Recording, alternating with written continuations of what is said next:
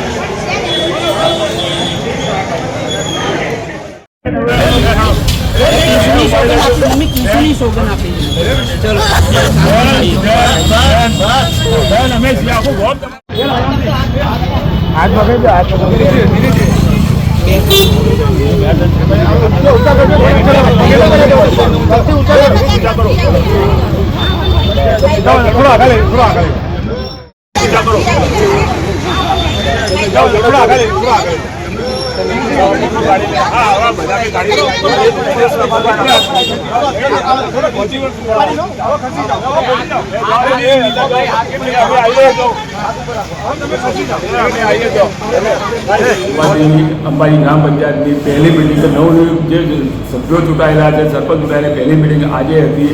સરસ મિટિંગ ચાલી જે કંઈ ઠરાવ હતા બધા પાસ થઈ ગયા. કોઈ સભ્યો જે હતી આપી એ બી સરપંચ સાહેબ બધી પાસ કરી દીધી, પણ અમુક કોઈ સભ્યોને કોઈ ના ગમ્યું કે શું થયું એના લીધે ઉપર એકદમ બધો બોલાચાલી કરવા માંડ્યા અને બેનના ઉપર ટેબલ ઉપર આવી ગયા. એના લીધે બેનને ભાઈ એકદમ દુખાવો થઈ ગયો છે. એટલે એમને હાલ તાત્કાલિક 108 બોલાવી અને અમે ખોટો હોસ્પિટલ લઈ ગયા છીએ. હવે જે સભ્ય ઉભાડો કરતો હતો એ ગામના હિતમાં હતા કે નહોતા? ગામના હિતમાં સરપંચ સાહેબે બધા જવાબો ગામના હિતમાં જ કરેલા છે. અમે બધા એમના જોડે જ હતા.